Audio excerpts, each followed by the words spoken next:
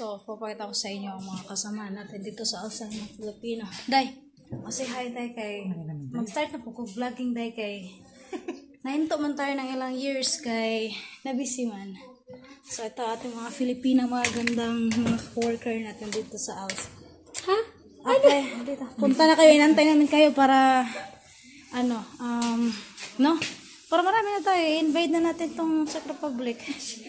So, ito ang ating madam. Oh, zama si madam. Product natin yan sa Balen, sa packing. Ang pinakamagandang product dito. Product. Team leader. Okay? Product ko na product. Hirap kasi product. Basta team leader, yun na lang. Diyos ko, napahirapan nyo pa ako. So, yun. Tapos marami pa iba itong girls lockers room. So, meron ditong pwede kang ano na ito? Tour na rin to. Pwede ka maligo. Pero di kami naliligo here.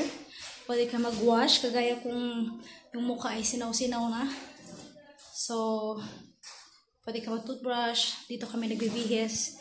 Kasi, syempre, kailangan naka-uniform. Kailangan naka-safety shoes. Naka-safety vest. Tingnan mo si ating pinakamagandang ganyan, no? Ano na yan? Ready to bam-bam na yan. Excited magtrabaho. Pero syempre, Facebook muna habang may time. Kasi, bawal tayo magpasok ng phone sa loob, no? Bawal phone, bawal accessories. So, kailangan natin tanggapin. So, dito, may kanya-kanyang locker tayo, no? Bawat empleyado may kanya-kanyang locker, no? So, pwede natin ilagay yung mga gamit natin, personal belongings. Meron ding locker doon sa baba. Doon madalas naglalagay ng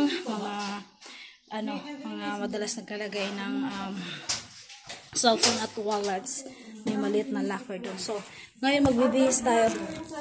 So, ito ay uniform bigay ni Elsa. Siyempre, walang bayan na tayo. Oh. See? So, ay, sorry! Paglaw ko ang ating Pilipina maganda.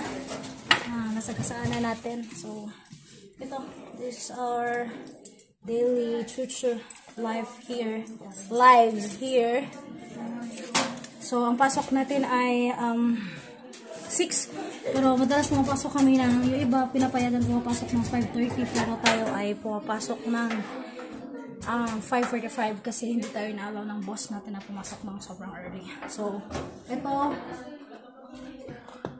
shoes, magpapalit tayo ng safety shoes.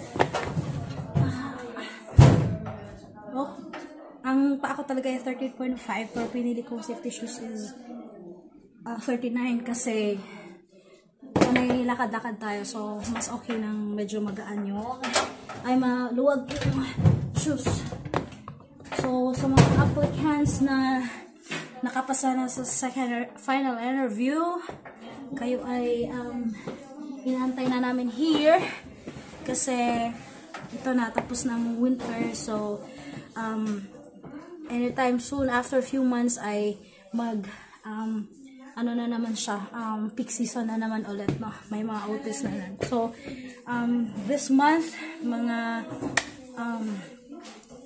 ilang buwan nang lumipas, wala tayong overtime. So, pahinga tayo. 15 days lang ang ating pasok at 15 days ang rest day. So, pwede ka pa may ibang gawin bukod sa matulog, kumain. Pwede ka mag-gym, tumambling, mag-modeling, para makita na ibang may pera ka pa naman. Kung anong gagawin mo, bala ka na sa buhay, basta off mo yun, no? So, ito, nagprepare na tayo.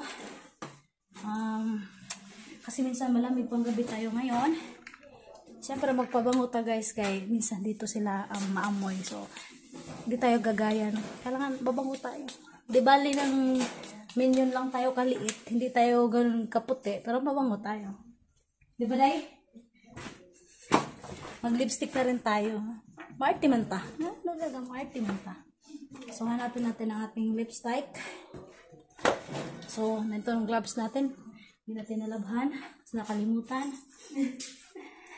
So, ibalik na lang. Kay sakit sa kamay jud day kung di ka mag-gloves day. Kaya, syempre, ako, sa receiving ko na-assign. So, mag-open ko back. So, sakit kung what. Ayan ako. Mac ni. Kargador ta, pero naka-mac ni. Gana jud. Kaso na laman. Patagbag oh. Oh, na ito. So, ito na ito. Scattered na tayo. Oh. So, mabangon na tayo. So, mora to. 5 minutes lang na itong vlog. Kay, masod na nga itong cargador. So, yun lang sa mga nakapasa na sa final review. Magkita-kita tayo dito, mga inday, mga dodong. Ito ang locker ng girls. Hindi, kasi dito, bukod lalaki, bukod babae. So, pwede din, next time pakita ko yung boys. Pero sa ngayon, nagmamadali tayo kasi may pasok tayo. So, ito, mag-test na tayo. Water. Ito ating kapitana, ang nagtitinda ng Pinoy product. So, ang kailangan nyo ng isda ng galunggong. Talagang bukid. Ay, kapets na lang tayo, no? Kain now, pay sahod. Okay? Sapakin ko na lang sila pag uwi ko. So, toyo, suka, kung ano pang kailangan yung mga Filipino nga pagkain kay kapitana kayo umorder. Okay? Sago na natin ating jacket. So, yun lang. Ito ang ating konting pasilip sa locker room. At mga kasama natin dito sa ALSA. Bye-bye na. 6 minutes na. Bye.